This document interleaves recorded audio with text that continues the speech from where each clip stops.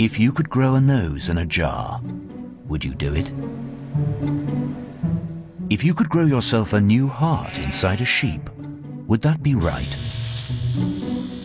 If you could modify your DNA to allow you to grow back lost limbs, would that be going too far?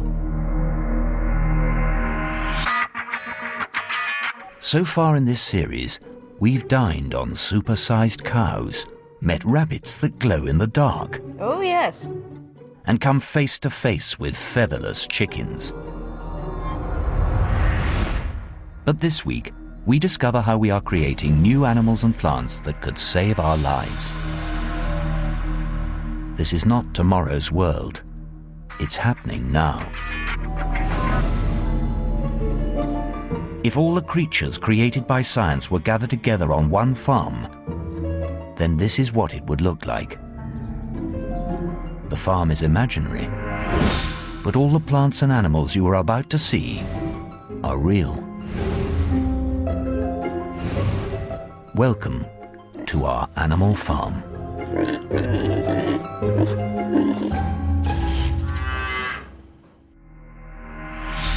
This week, our tour of the animal farm exposes an incredible new world of medicine.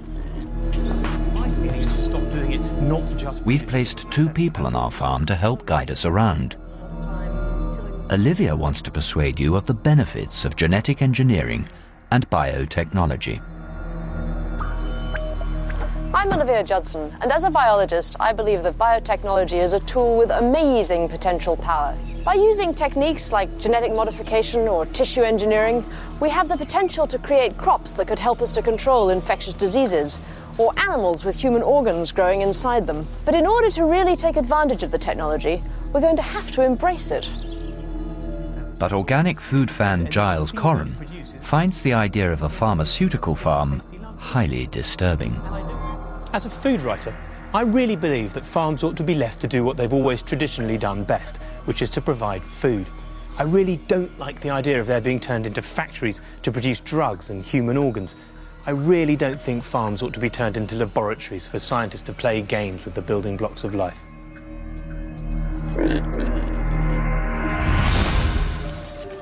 Olivia Judson is an expert in natural selection and evolution. But she is now going to step into an extraordinary new world. A world where scientists have taken control and turned nature upside down. Inside this barn is a herd of cows that evolution could never have produced. What a sight! Every animal here is a clone. They're all genetic copies of just 2 original cows created in the lab. They were created by genetic engineering in the hope of saving human life. Hey! These calves are the brainchild of geneticist Professor Jim Roble. He's built them from the ground up to help cure some of the most dangerous diseases on the planet. And so what is she? What makes her special? Well, this is a calf that has a series of gene knockouts, and she also carries the human microchromosome that has the human antibody genes. So she can make human antibodies in her blood? Yes. Antibodies are produced by our bodies to fight disease. They can destroy lethal infections like SARS and poisons like botulism. But no one has found a way to mass produce them until now. Dr. Roble's calves are worth up to $500,000 each. They have human DNA inside them. Their future is to be milked for their blood.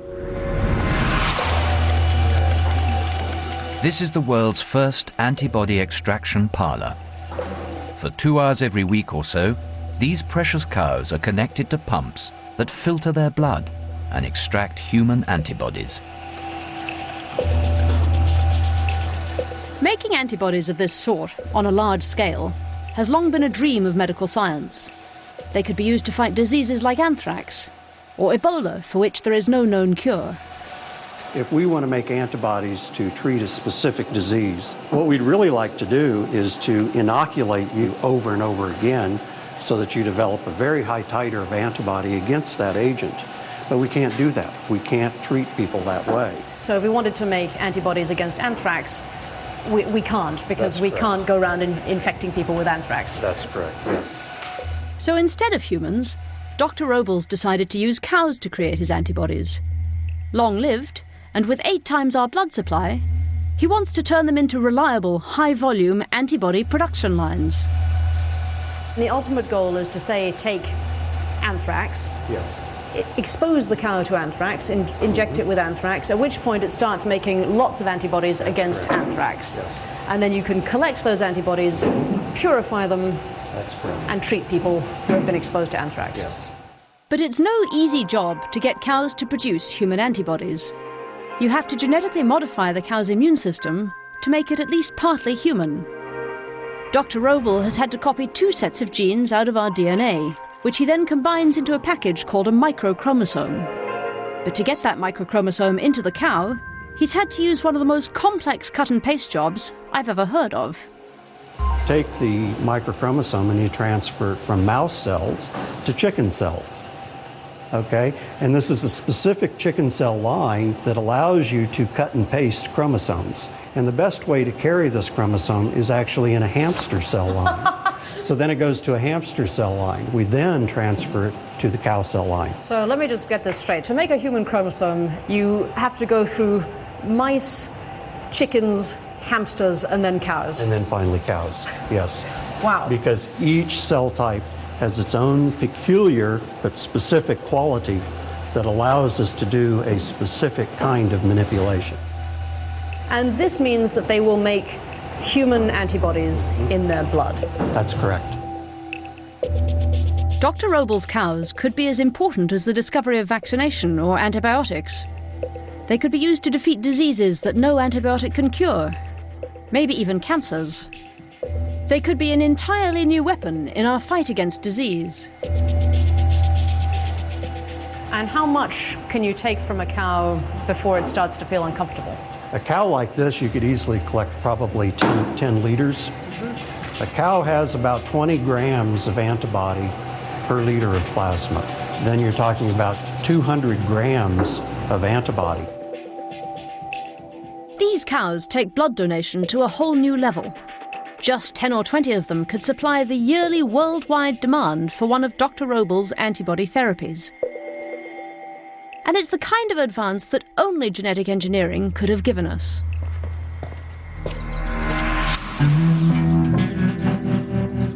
But for foodie Giles Corran, turning farms into pharmacies just shouldn't be on the menu. It's just a shame. A cow was always where you got lovely things, like milk and butter, cream, a nice juicy rump steak. It just seems a bit grim to be using them to fill prescriptions. The blood bank cows are just the first stop on our tour of the farm's pharmaceutical wonders. We're now sending Giles down to meet the tissue engineers. This is where they're busy growing bits of human bodies.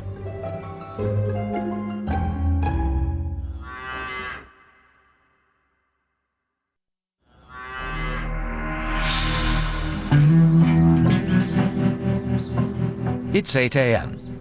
and it's time for organic food fan Giles Corran to visit a farmhouse kitchen like he's never seen before. He's going to meet the tissue engineers. My face, bog standard. 1 mouth, 1 nose, 2 ears, 2 eyes. Just the way I like it. But down in the basement, they're up to something called tissue engineering. This is where they do things like grow artificial ears and then put them on the backs of mice. Today, though, they're under instructions to grow me a new nose. It all starts with a high-tech jelly mould in the shape of my schnoz. How do I look? Better or worse? But they're not making jelly here. They're going to use this mould to make what they call a scaffold. And that scaffold's got lots of special properties that are going to allow cells, the cartilage cells and skin cells, to actually form the living part of your nose structure.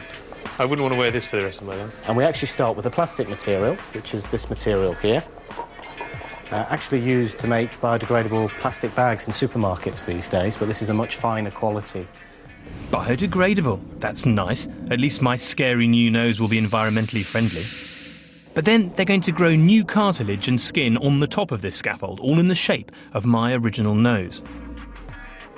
I've already seen what these guys will get up to, though, given half a chance.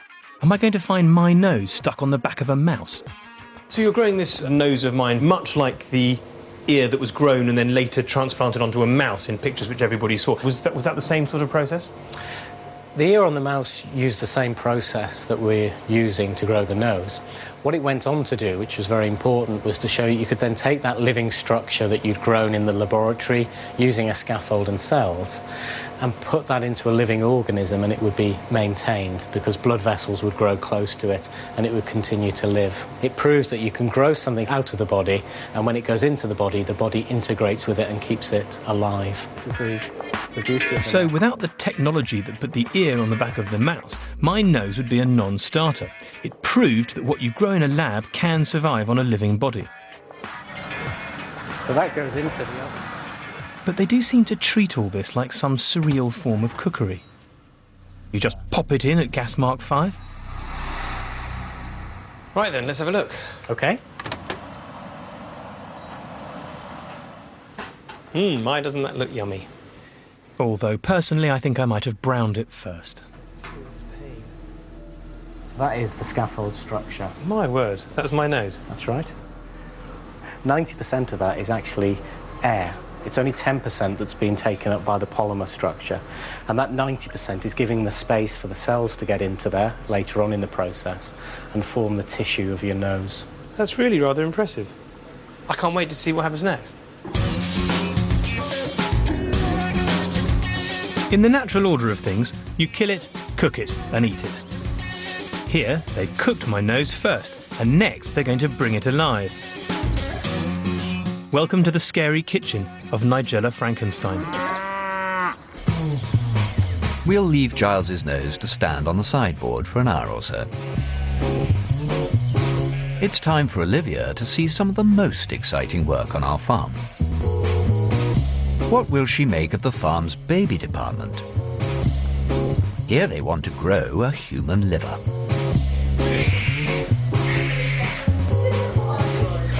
It's a boy. This is Dr. Nico Ferraz. His first job of the morning is to collect the umbilical cord of a newly born baby. He's looking for an ingredient that is revolutionizing modern medicine. 20 years ago, umbilical cords like this were usually thrown away. We didn't know that they were one of the best places to get hold of stem cells. Here's the cord, a very long one. So this is the umbilical cord? This is the umbilical cord. So the idea is to collect the blood and then extract the stem cells. Yes, absolutely. Why do we care about stem cells? Well, stem cells are really exciting because they have the possibility to build many cell types of the body. It just opens huge possibilities. So what are stem cells? We are all originally made from stem cells. As we grow in the womb, these stem cells develop into the tissues that make up every part of our body: bones, muscles, brain, skin. The point about stem cells, the reason everyone is so excited about them, is that they have the power to become any part of the body. Stem cell therapies are already saving lives on the farm. Olivia's now going to visit one of the farm's resident humans, baby Ross. What sort of future would he have been facing? He wouldn't have had a future, basically. He just wouldn't. Basically, SCID babies don't live past a year old. SCID stands for Severe Combined Immune Deficiency. Ross's body couldn't produce a particular type of cell called a T cell that helps the body fight off even the smallest infections. But doctors transplanted stem cells into his bloodstream, where they multiplied and transformed into the T cells that Ross needed. He wasn't able to fight off any infections. So basically, he would have been dead by a year. So even a common cold could have killed him? That's correct, yeah. Or a kiss or anything. So for the last 6 months, we haven't kissed him at all. Aww. He hasn't been able to touch our hand, touch our faces, touch anything. Do what he wants, I don't care. Stem cell therapy saved Ross's life. But there's been a lot of controversy over stem cells, just because one of the places we can get them is from embryos. Luckily, though, embryos aren't the only source. We can also get them from bone marrow. or umbilical cords, as Nico does. Nico's dream is to grow a human liver from the stem cells he collected earlier.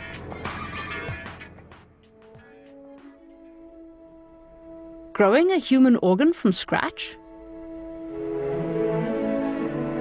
One of the most complex parts of the human body? I wonder how he's getting on. So you want to make a little piece of liver tissue that can actually work as a liver? Absolutely. In the long term, we can envisage maybe creating enough liver tissue to assist a patient with a liver disease or liver toxic crisis. The difference between life and death in a patient with liver conditions is it's only 5%. So 5% improvement can keep them alive for a decent amount of time. It looks like step one to growing your own liver is to crack out something Nico calls an anti-gravity machine. So this unassuming package is the bioreactor. That's right. This is the anti-gravity machine. That's correct. Impressive, isn't it? The bioreactor was designed by NASA to reproduce the effects of being in space. It reduces gravity, allowing stem cells to grow in all 3 dimensions. A bioreactor is actually mimicking microgravity. When you create tissue in 3 dimensions, you get a lot of forces and physical stress on the cells that you are actually building in 3D. So this machine suppresses those nasty effects on the cells and enables us to grow liver tissue in 3D from cord blood stem cell. Step 2 in growing your own organ is to load up the bioreactor with stem cells. Now Nico's got to cajole them into deciding that they want to become liver.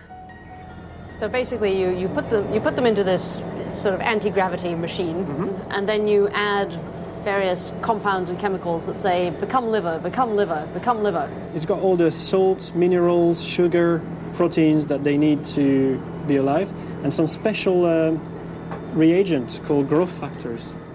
Growth factors are Nico's magic ingredient. They convince the stem cells to start growing, and also tell them what to turn into. In this case, liver.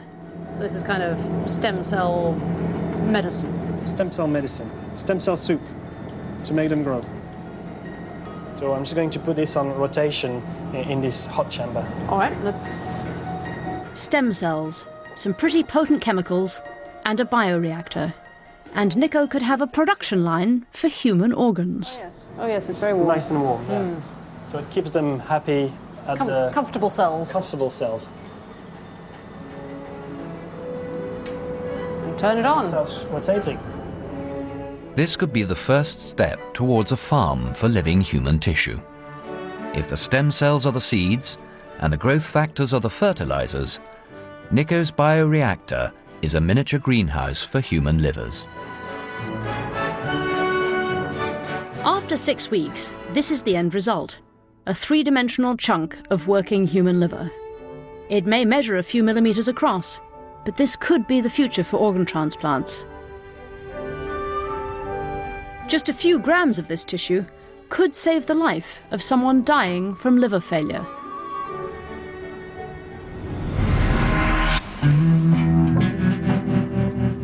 We haven't finished with the organ farmers yet, but we need to get back to the nose kitchen, where Kevin, the tissue engineer, is firing up a pressure cooker, the likes of which you've never seen before. So far, all Kevin's done is bake a nose-shaped scaffold, but now it's time to start cranking up the serious technology. Kevin's going to show me how to make my nose come alive. Right. This is what? This is an extraordinary piece of equipment. This is exactly like I imagine that science laboratories ought to be. Yes. You just whack the nose in there, turn it on, and it creates. Exactly, yeah. It's actually a controlled chemical reaction that's going to make this into a scaffold that attracts the cells to it. So it's going to change the nature of the nose scaffold? Yeah, you won't actually see any difference to the eye, but actually a lot of important changes are happening to the chemistry of this material. Wow. So you put it in there and it changes it into something which will fool the cells into thinking it's a living thing? Yes, that's right, yeah, exactly. Cunning. And so it just goes through this front port here, and then we just position it.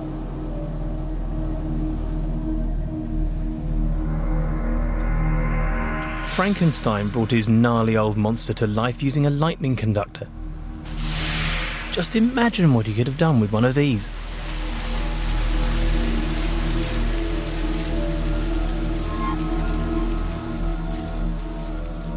You can see now within the chamber it's glowing pink, and the reason for that is the gas that we're leaking in there is being charged up, so it becomes very reactive, and that will now undergo a chemical reaction with your nose scaffold and change its surface. Kevin's cooker is turning Giles's nose into a magnet for living tissue. Almost literally. Through a complex series of chemical reactions, this machine is making his nose positively charged.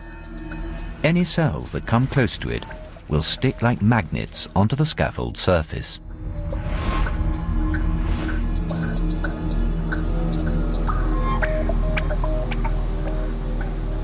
Okay, well, the time's up now, and the chemistry of the system will have been changed, so I can now take the nose out for you.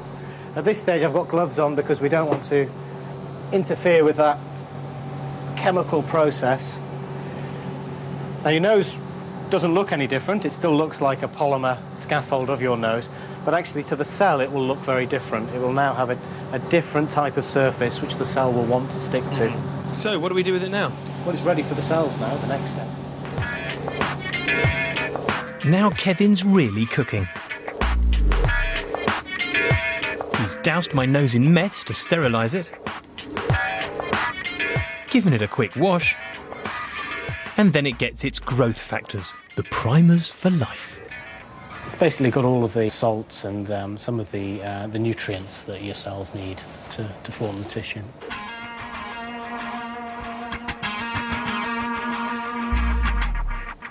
The nose is now ready to receive the cells. But it's quite rough still, the nose. I mean, is it going to make a rough flesh nose, or is it going to be smooth like mine? Over a period of time, the polymer structure, which is causing it to be rough, degrades away. It's deliberately rough at the moment because that's giving it the pores that you need to actually allow the cells to get in there. So what I'm going to do now, I'm just going to put this pipette onto here, and I'm going to now collect some of the cells, probably around about 10 million for a nose of your size. How many for a nose of Charles de Gaulle's size? Many more millions?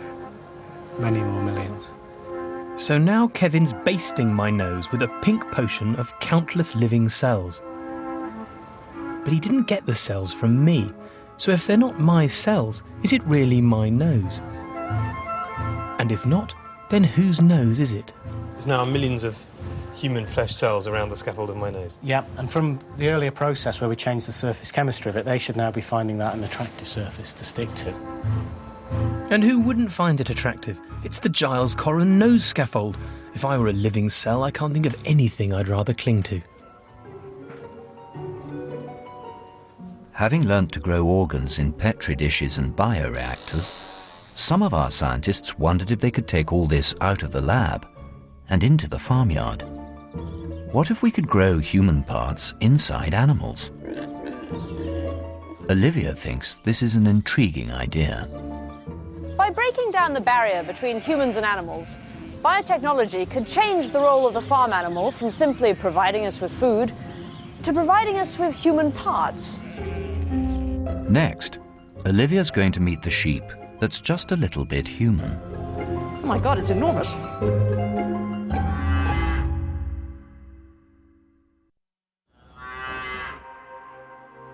On the traditional farm, animals are animals and humans are humans. But on our farm, the boundaries are becoming rather more blurred. What happens if we mix up human and animal cells in the same creature? Olivia's about to see exactly how it's done. These sheep are up to 15% human. That's right, bioengineers have worked out how to grow an animal that is part sheep and part human being. It all starts in our operating theatre. Here, scientists are going to extract a sheep embryo from its mother's womb, inject it with human stem cells, and then sew it back in. The lamb, when born, will contain sheep and human cells. It will have become humanized. Professor Zanjani has spent 30 years on this project. So what is a humanized organ? A humanized organ would be an organ in which at least part of the organ is derived from human cells. Dr. Zanjani's humanized sheep are made to order. Each one is precisely matched to a donor, a patient who provided the original stem cells. We would go in and take about a couple of ounces of bone marrow cells from that patient. We isolate the stem cells from them, transplant them into the sheep fetuses, and then within 2 months we will have a liver that's at least 10 to 15% made up of the liver cells derived from that patient. I can't believe this is going to work. Professor Zanjani says he can simply inject human stem cells into a sheep, where they'll survive, multiply, and turn into human organ tissues. We inject the cells into peritoneum of these animals, and then these cells get distributed through the lymphatic system into the circulatory system and get distributed to all the organs in the body. The human and sheep cells live quite happily alongside each other inside the sheep. But there is one risk to Dr. Zanjani's process. If DNA from the sheep cells and the human stem cells gets mixed together, we could end up with what is called cellular fusion. And some people are concerned that this could produce a strange new hybrid that has the features and characteristics of both sheep and humans. It is a possibility Dr. Zanjani has considered. In this model, transplanting the cells into the fetal sheep at this early stage does not result in fusion at all. We have not seen one single fused cells.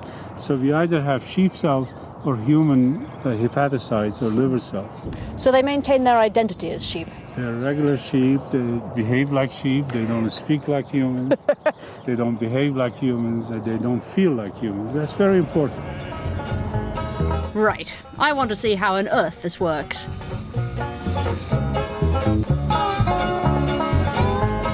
The first thing they do is cut open the sheep's stomach. It's like the unnerving smell of burning flesh.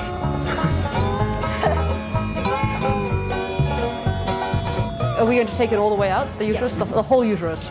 And they're a different shape from a human uterus, aren't they? Yes, they are. I've seen some weird stuff in my life, but this is something else. Looks a little bit slippery. Yeah. That's the sheep's womb being pulled out, with a living lamb fetus inside it. Oh my God, it's enormous. Oh, wow.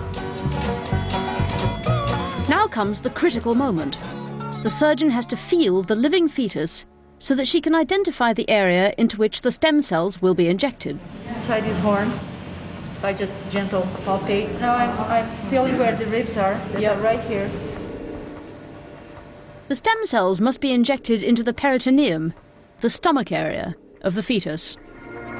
So basically, when a human stem cell gets to the sheep's brain, it will become a neuron. Yes. And when it gets to the sheep's liver, it will become a liver cell. A liver cell. As the human stem cells travel around the sheep embryo, they'll grow and transform themselves according to where they settle. The sheep's liver, heart, lungs, possibly even its brain, will all become partly human. Ultimately, Dr. Zanjani hopes to farm these sheep to produce organs for transplant. The nice part of all of this is that the 2 ounces of stem cell or bone marrow cells you get from these patients provide enough stem cells to do maybe about 10 fetuses. Wow. So it isn't just you have one organ for transplant purposes. You can have many of those animals is still available in case the first one you give fails and so on. What an astonishing idea! That one day we all might have a personal flock of sheep on standby to provide us with new organs if any of ours fail.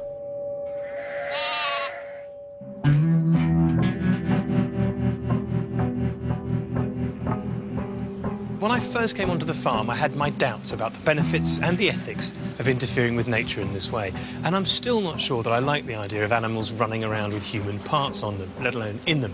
It seems there are just too many unknowns, too many unanswered questions.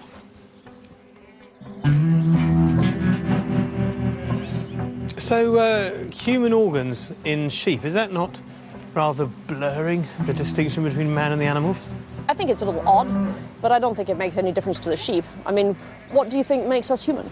The thing that makes us human and them sheep is the fact that in a minute we're going to climb out of this and go and have a cup of tea, and they're just going to stay here until we choose to kill them. And I would feel different about that if they were partly human, if they had my liver in them. Would you? I think so. You wouldn't want them to be killed so that you could have your operation? I think not. So you'd prefer to die? Well, I wouldn't die to save a sheep, but can this really be the future, that we breed these cute little things with organs in them for us to use? It's not the future. It's all already here. Tissue engineering, genetic modification, stem cell organs. Our farm is at the heart of a multi-billion-dollar industry. And can Giles really hold on to his objections when he meets the people whose lives are being transformed by this technology? Caitlin McNamara was born with spina bifida. Her bladder didn't work, so she received the world's first biotech bladder. Caitlin's bladder was grown from scratch in the laboratory. So, first of all, you had this operation how long? 6 years ago now? Yeah, February of 2001, I had the cells harvested. It's just what they did with my nose. They built a scaffold, they got some cells, and hey presto, Caitlin's new bladder was growing. So they made it on a mould and then put it into you alongside? Yeah, so that it makes it bigger. It's clear this technology has changed Caitlin's life. With spina bifida, the simplest things were a challenge. But her new bladder has made it possible for her to do the things most teenagers take for granted. I guess. So you're like the first person in the world to have this kind of surgery. How does that make you feel? Happy, because it's been working for 7 years now. So there are lots of things you can do now that you couldn't do before, I guess? Yep. I can do whatever I want without having to worry about having accidents or having to go to the bathroom, like really, really fast. So that's going to last you for a lifetime, the bladder, or do you think you might have to do it I think again? it's going to last me a long time. I don't know exactly how. And if not, they can grow another one, I guess. Of course, I wouldn't begin to knock what biotechnology's done for Caitlin. But she's just one person. Can all this meddling about with nature, with cells and genes and DNA, make any difference in solving the world's really big problems? They're dealing with some of the biggest problems in the world on our farm. Olivia's heading down to the greenhouses to discover how the most lethal plant on the planet is being turned into a lifesaver. Tobacco, most people associate it with cancer, and you want to make it into a plant that is going to potentially save the lives of millions. Yeah, well, I think most people are very familiar with the concept of getting medicines from plants. We've done it for hundreds of years. But with the advent of new technology, particularly genetic modification of plants, we can take plant species like tobacco and turn them into factories for making new medicines. This is great. Dr. Ma wants to take tobacco, that killer weed, and use it to help stop the spread of a disease that's killing millions, HIV/AIDS. HIV is a huge problem, of course, around the world, but particularly in developing countries, where there are millions of people who need this kind of protection, but who essentially can't afford to pay for expensive modern medicine. So explain to me how it actually works. Well, we're looking at production of something called an HIV microbicide. So this is a compound which inactivates the virus when it comes into contact with it. Dr. Ma has found a way to kill HIV/AIDS, a compound called cyanovirin that destroys the AIDS virus on contact. He wants to turn cyanovirin into a cream that can be used as a barrier against HIV infection, something women could use to protect themselves without worrying about condoms.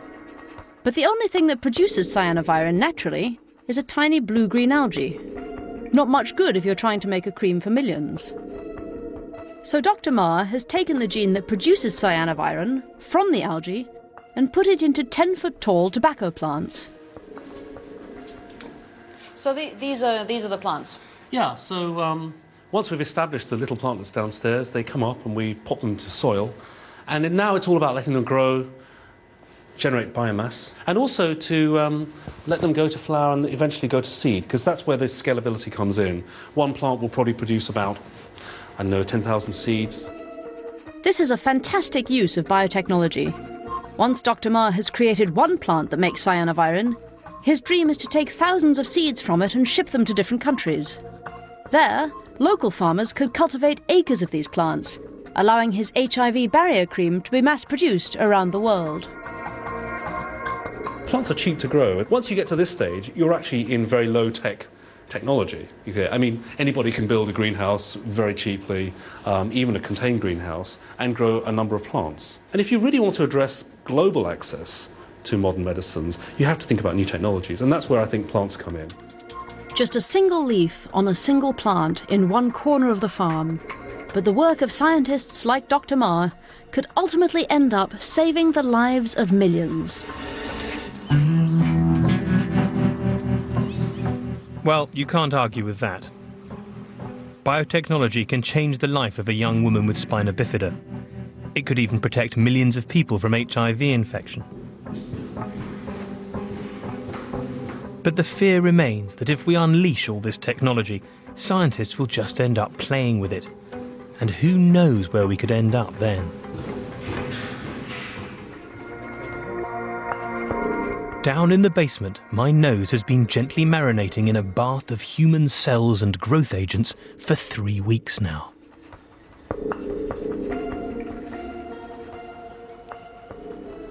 It looks horrible. What have you done to my nose? That's years of heavy drinking. You wouldn't think that could happen in 3 weeks.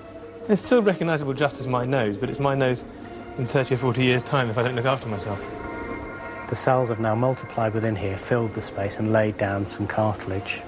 Cool. Wicked. So what do you do next? Well, the next stage in the process is to put some skin over the top. Put some skin over the top? It's so matter-of-fact, it's like he's playing with Lego. A bit of polymer, a spot of cartilage. Oh, and let's grab some skin. In a way, you could have just taken some skin from my arse or something and stuck it on the nose. Yeah. But as we thought that was not going to be very comfortable, we can just... It's an alternative to a skin graft, but it's... Exactly, yeah. Cells you've grown. Living human skin grown in a Petri dish, tailored to just the right size. I might have guessed. It makes me feel a bit squeamish, this skin in a... Ugh. Whatever you might think of it, the truth is, you can get skin grown to order these days. All that's needed is a few cells, and scientists can produce it by the yard. You see it folds back up, back open. And you just float it onto it with the solution? That's correct.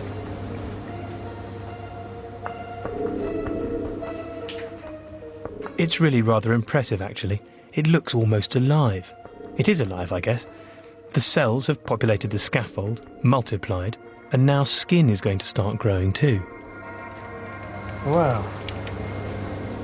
Ugly, but amazing. So that is now the scaffold of my nose with some cartilage in it and then proper skin on the outside? That's correct. Cool.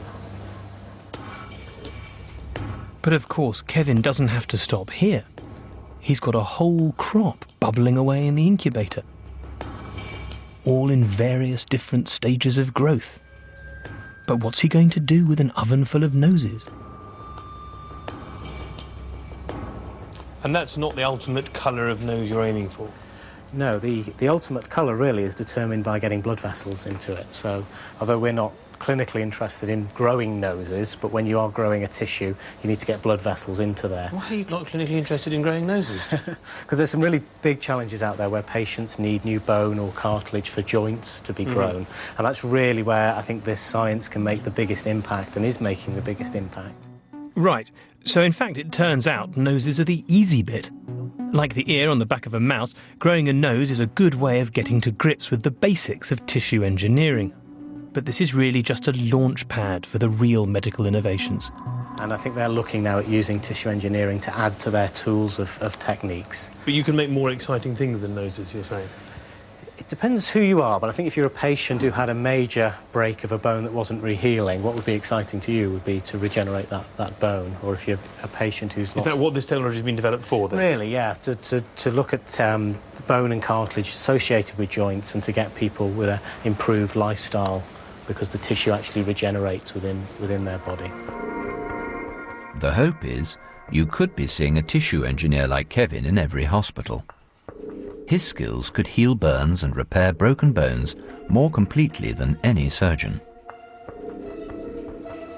The alternative therapies are very poor, and this really offers an opportunity for the first time for man to actually regenerate and cure those patients. So it's quite possible that from the tiny acorn that is my nose, a mighty oak tree of medical innovation will grow.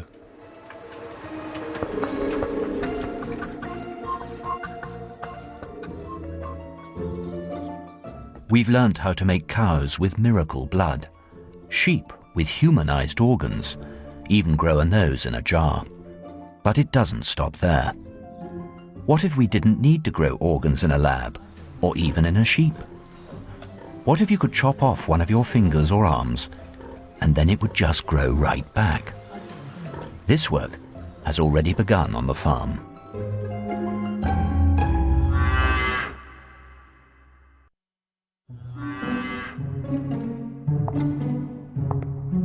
Giles has already seen the potential of biotechnology to save lives and cure disease. But it's now time for Giles to enter one of the most extraordinary corners of our pharmaceutical farm. He's on his way to visit the mutant miracle mice. I've been told that what could be the holy grail of medicine has been discovered by pure accident in a routine mouse tagging exercise. I suppose it's just the kind of accident you'd expect to happen in a lab. We had gotten a group of these mice. We ear punched them with different hole codes. Hole punch, a little hole punch. And 3 weeks later, when I came up to look at the mice to see if there was any effect of the experiment that we were doing, the ear holes had absolutely disappeared. So she's got a mouse that had a hole in its ear that then healed up.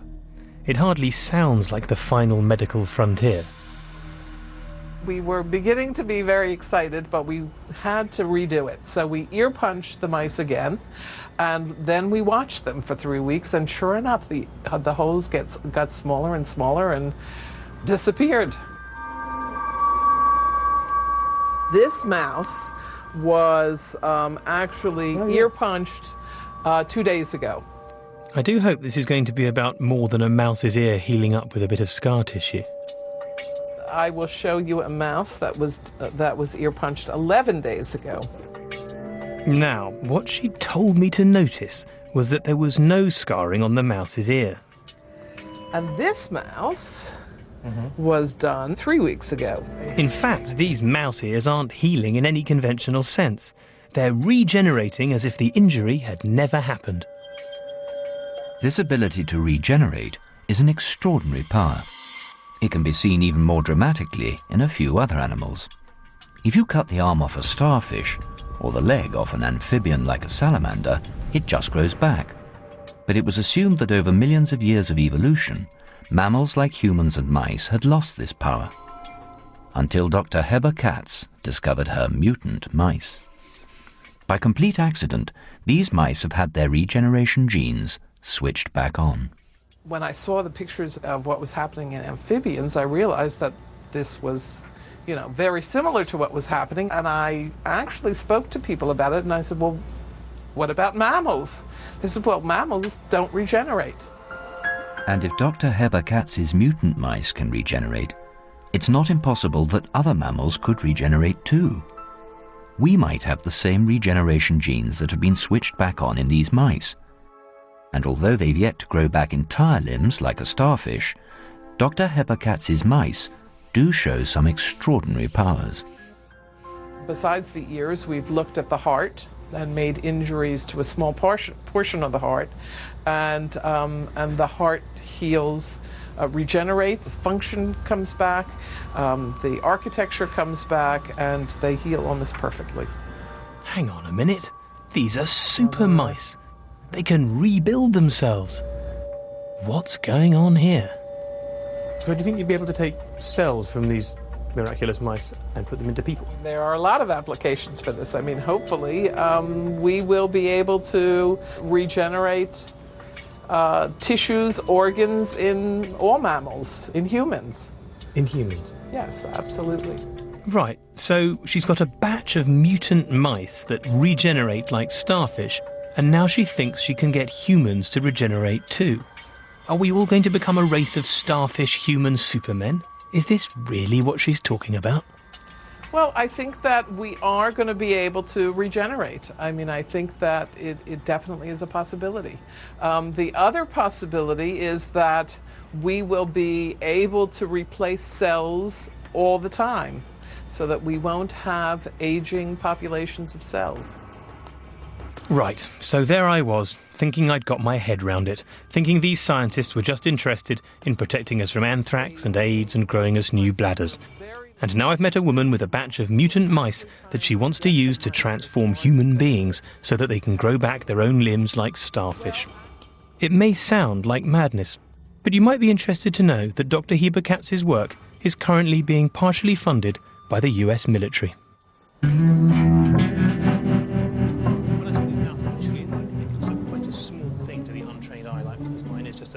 As night falls, we leave Giles reliving his experiences of the day. But when it was explained that there's, no mammals do this, then I thought that was pretty amazing. And then not far in the future, they will grow back mouse feet. And then after that, perhaps human fingers. I mean, that's pretty crazy. So you were impressed?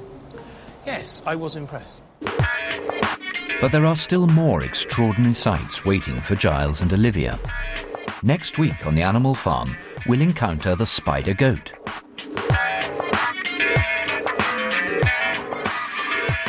Root around with the pigs that glow in the dark. And meet the world's first resurrected cow. He's got a fabulous tongue. As Giles and Olivia venture to the outer limits of our animal farm. That's next week when the series concludes, same time. You can explore the ethical and scientific issues raised in tonight's programme at channel4.com/science. On More 4 right now, John Sim plays Vincent van Gogh during the time when he lived with Gauguin, drama with Yellow House. But next up, big decisions for Weaver in ER.